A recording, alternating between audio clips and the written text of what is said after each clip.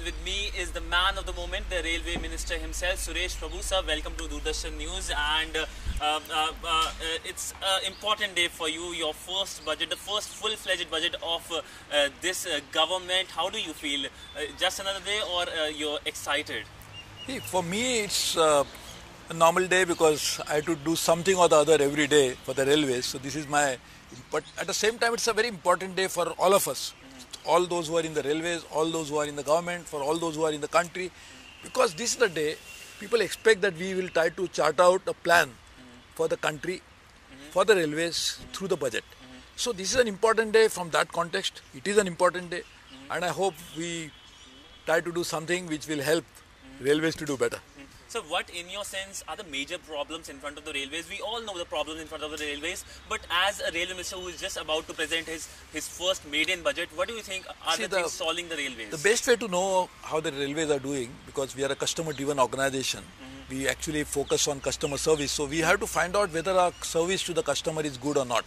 And the best way to know that is to ask the customer himself. So I did that and talked to people and understood that a lot of people are complaining about the quality of service. So we have to focus on that definitely. We have to focus on the common man, because he's the one who travels 90% of our passengers. 95% of the passengers are really common people. So we must take care of their interests, their concerns, their priorities, their grievances. So I think we'll try to do that. So the focus on the common man. But what will be your priorities like? Because I remember the last railway minister had given this acronym in 3 S's: safety, security and Safai. Swachh Bharat, the focus is on Swachh Bharat also. So your priorities will remain the same, of course, but will you add some more additions also? You know, there are going to be quite a few things. We have to get investments into railways. We have to make sure that railways become highly competitive in terms of quality of service. Railways become even globally benchmark organization in terms of safety, security, the type of infrastructure we create. So all of that has to be done. And to do that, we need different approaches.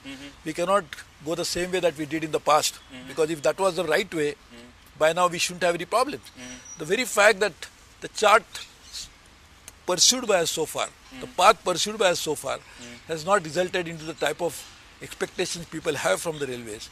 It only means that we need to change and find out the new avenues. Find out new avenues. So it's like 3 S's and 1 I, that's investment. So other important things is, of course, the fare hike. I know you are privileged, obviously you cannot tell that answer to this question, but there was a fall in the crude oil prices. Will that figure out in the budget? It must have given you some kind of comfort in a sense. No, we'll definitely keep the long-term interest of the railways, the interest of the common man, and also we'll try to balance both of that in a way that everybody is properly taken care of. So it will be a kind of a tightrope walk for you? I think it's going to be a walk for sure. Whether the rope is tight or not, we'll see it very soon. Sir, also the focus is on the high-speed railways, the bullet train from Ahmedabad and Mumbai. What's the update like on that? We know there was a report also. Just wait for a few more minutes, and then I think my members of parliament should have that information before anybody else. So we'll let you know very soon. But sir, one thing which have been derailing the railways is populism. 10 years of populism many experts now say it has caused quite a problem. The last railway minister, Sadanand Gowda, said that the era of populism is over now for the railways. Is this trend likely to continue? Because this government is not is kind of subsidy. It wants to give a targeted subsidy. We are definitely moving towards an era of making sure that railways become financially viable, sustainable, and I think that is what is important for us.